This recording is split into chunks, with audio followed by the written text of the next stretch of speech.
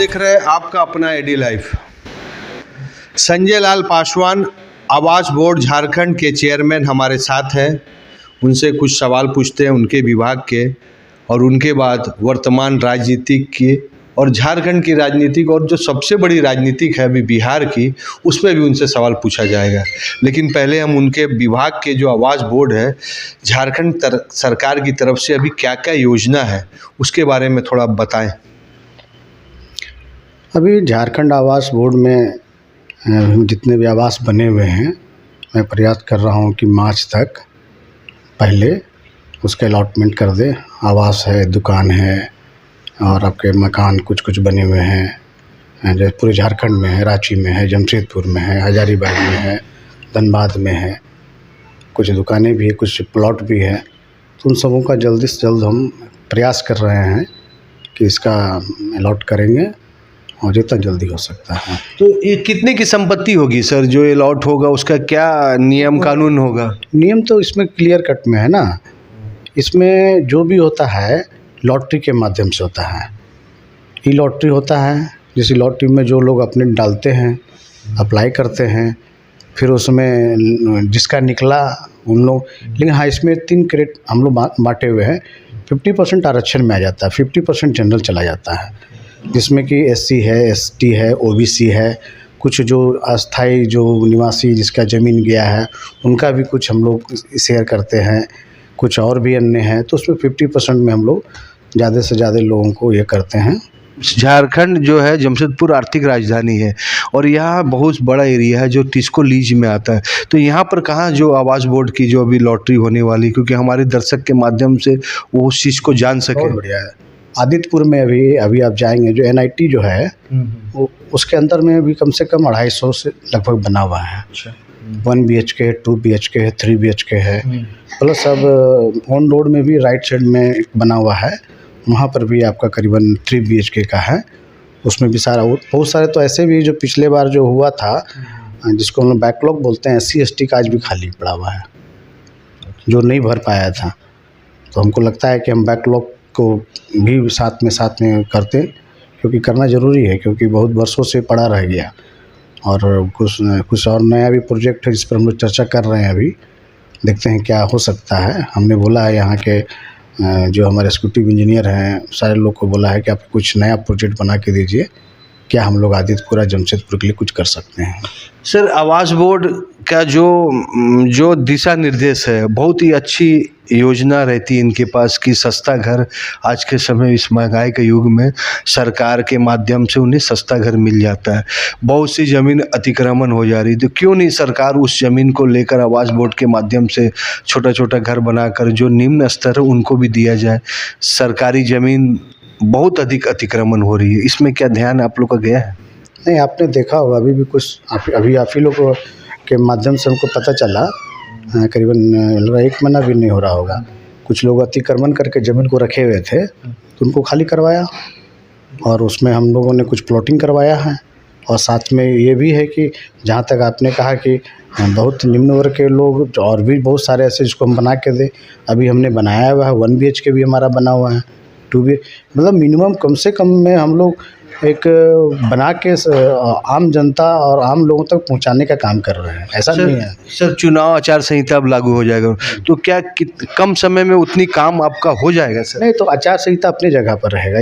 इसमें आचार संहिता का किसी तरह का उल्लंघन नहीं है, क्योंकि हमारा तो ऑलरेडी बन चुका है, हमारा सारा चीज़ हो चुका है। उसे लॉट करना हो तो प्रोसेस का चीज़ है ना, तो ये उससे आचार संहिता से इसका कोई मतलब नहीं है। हाँ, कोई नया प्रोजेक्ट हम नहीं कर सकते हैं। सर, आप बहुत बड़े राजनीतिक क्षेत्र से आते हैं, नेशनल पार्टी कांग्रेस से आते हैं। अब सवाल थोड़ा राजनीतिक दृष्टिकोण में लेना मजबूरी है कि पत्रकार का एक तो सवाल होता है राजनीतिक। सर, क्या कारण है कि कांग्रेस पार्टी जो न्याय यात्रा होने वाली राहुल गांधी के लिए, वह खूंटी झारखंड में भी आएगी, तो क्या उसकी क्या क्या तैयारी आपकी पार्टी की तरफ से किया जा रहा?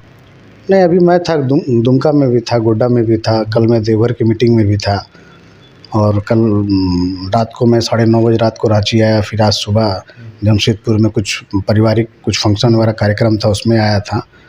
तो राहुल जी का जो यात्रा है, उस यात्रा में पाकुड़ से उनका एंट्री है, और लगता है कि जैसा, क्योंकि हम लोग 5 दिन पहले कोई कार्यक्रम को तय करके बताएंगे कि कहाँ कहाँ पे उनको जाना है।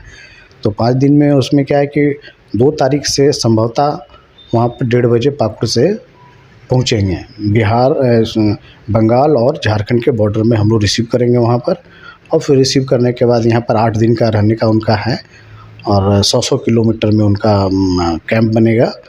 और इसी दौरान में बहुत सारे लोग हैं, बहुत सारे समाज, बहुत अलग अलग इंस्टीट्यूट से जुड़े हुए लोग, सब लोग आज उत्साहित हैं कि राहुल जी आ रहे हैं, तो उनसे अपना भेंट मुलाकात भी करेंगे, कुछ बात भी रखेंगे।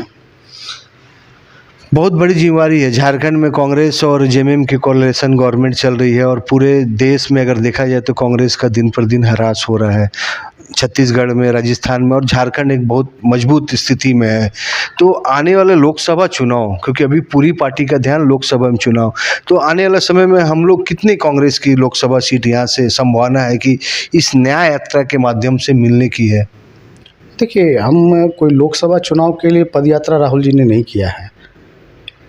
ये राहुल जी का एक सोच, एक विचार है, क्योंकि लोगों में एक जागृत करना है, लोगों को बताना है कि कैसे आपके साथ अत्याचार हो रहा है, कैसे पूरा इंस्टीट्यूट को बेच दिया जा रहा है, कैसे पूरे सरकारी संस्था को हटा दिया जा रहा है।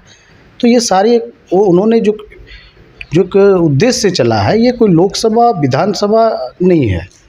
ये लोगों के बीच में जाना, उनकी बातों को सुनना, समझना, कैसे हम इतने वर्षों से कांग्रेस की सरकार रही। आज कुछ लोग पूछते हैं कि कांग्रेस ने क्या किया। जिस स्कूल में तुम पढ़ के आज पूछ रहे हो हैं, वो स्कूल सरकारी था, कांग्रेस का दिन था। जहाँ पैदा हुए वो सरकारी कांग्रेस का बनाया हुआ था। सारा इंस्टीट्यूट, ये मेडिकल हो, कॉलेज हो या इसरो हो, ये बहुत सारा चीज़ को गिनती नहीं। आपने कहा ठीक है, लेकिन सरकार सत्ता में क्यों दूर चलती जा रही कांग्रेस? नहीं, देखिए, ऐसा नहीं है।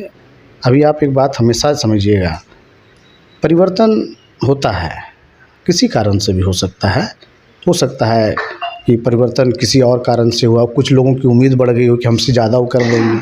होता है ना कि हम एक मकान बनाए तो सामने वाला 2 मकान बना देगा, लेकिन अभी क्या रिजल्ट हो रहा है, वो जो मकान बना हुआ तो भी मकान तोड़वा दे रहा है।